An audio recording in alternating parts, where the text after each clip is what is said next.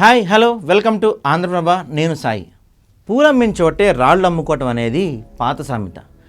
ఈ సామెత బీఆర్ఎస్కు కరెక్ట్గా సరిపోతుంది. రెండుసార్లు వరుసగా అధికారంలోకి వచ్చిన బీఆర్ఎస్ గతంలో ఏనాడు ఎదురు కాని సమస్యలతో సతమవుతుందని చెప్పచ్చు. అధికారంలో ఉన్నప్పుడు అనుమతులు అస్సలు పట్టించుకోని గులాబీ పార్టీ ఇప్పుడు పోలీసుల పర్మిషన్ల కోసం పడిగాపులు పడుతుంది. అవును, నమ్మశక్యంగా లేకపోయినా ఇది మాత్రం నిజం. ఇంతకీ దేనికోసం బీఆర్ఎస్ పోలీసుల అనుమతి అడుగుతుంది అనే కదా మీ డౌట్ అంతా. ఓడలు బండ్లు, బండ్లు ఓడలే అనే సామెత మీకు గుర్తుందా? ఇప్పుడు బీఆర్ఎస్ పరిస్థితి ఇదే. తెలంగాణ రాష్ట్రం ఏర్పడిన తర్వాత ఎప్పుడు ఎదురు కాని పరిస్థితులను ప్రస్తుత బీఆర్ఎస్ నేతలు ఫేస్ చేస్తున్న కామెంట్స్ ఇప్పుడు తెలంగాణ పాలిటిక్స్లో హాట్ టాపిక్గా మారాయి.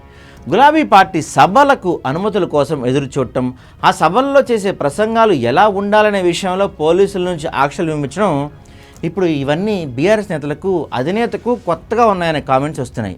వీటన్నిటికీ కారణం నల్గొండలో బీఆర్ఎస్ నిర్వహించబోయే సభ. అవును, కేఆర్ఎంబీకి కృష్ణా నది ప్రాజెక్టులు అప్పగింత నిరసిస్తూ బీఆర్ఎస్ తలపెట్టిన చలో నల్గొండ సభకు ఏర్పాట్లు షురూ అయ్యాయి. అయితే ఈ సభకు పోలీసుల అనుమతి విషయంలో మాత్రం కొంత సందిగ్ధత నెలకొంది. అయితే అసెంబ్లీ ఎన్నికల ఫలితాల అనంతరం కేసీఆర్ పాల్గొనబోతున్న మొట్టమొదటి బహిరంగ సభ కానుండడంతో సర్వత్రా ఇంట్రెస్టింగ్ అయితే ఉంది. ఇక లోక్సభ ఎన్నికలు సమీపిస్తుండడంతో తీవ్ర రసవత్తరంగా ప్రసంగాలు ఉండే అవకాశం ఉంటుందంటున్నారు. అయితే ఈ సభను అడ్డుకుంటామంటూ కాంగ్రెస్ నేతల నుంచి ప్రకటనలు వస్తుండటంతో పోలీస్ శాఖ అలర్ట్ అనేది తెలుస్తుంది. ఈ విషయాలపై స్పందించిన మాజీ మంత్రి జగదీష్ రెడ్డి తాము అధికారంలో ఉన్నప్పుడు కాంగ్రెస్ సభలను ఏనాడు అడ్డుకోలేని చెప్తున్నారు.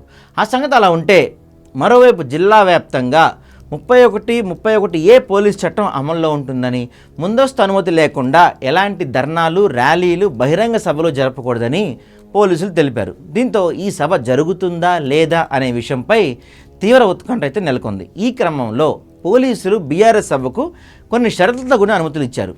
అవేంటంటే, నల్గొండలో మర్రిగూడ బైపాస్లో ఈ నెల 13న భారీ ఎత్తున నిర్వహించనున్న బీఆర్ఎస్ సభకు కొన్ని షరతులు పెట్టారు. ఈ సందర్భంగా పోలీసులు విధించిన షరతులు కొంచెం ఇంట్రెస్టింగ్గానే ఉన్నాయి. అదేంటంటే, కేసీఆర్ హాజరయ్యే ఈ సభలో వ్యక్తిగత దోషాలను చేయరాదని, కులం మతం ప్రాతిపదికన ఎలాంటి వ్యాఖ్యలు చేయొద్దని, ఇతరులను కించపరిచేలా రెచ్చగొట్టేలా మాట్లాడకూడదని పోలీసులు సూచించారు. ఇదే సమయంలో సభలో ఎటువంటి బాణాసంచా కాల్చరాదని, రోడ్లపై ట్రాఫిక్ ఇబ్బంది కలిగించరాదని కూడా ఆదేశించారు. వీటిని అతిక్రమిస్తే సభ అనుమతి రద్దు చేస్తామని స్పష్టం చేశారని తెలుస్తుంది. దీంతో ఇవేమీ లేకుండా కేసీఆర్ పాల్గొంటున్న, ఆయన ప్రసంగించనున్న బీఆర్ఎస్ సభ ఎలా జరుగుతుంది అనే విషయమే ఇప్పుడు ఆసక్తికరంగా మారింది.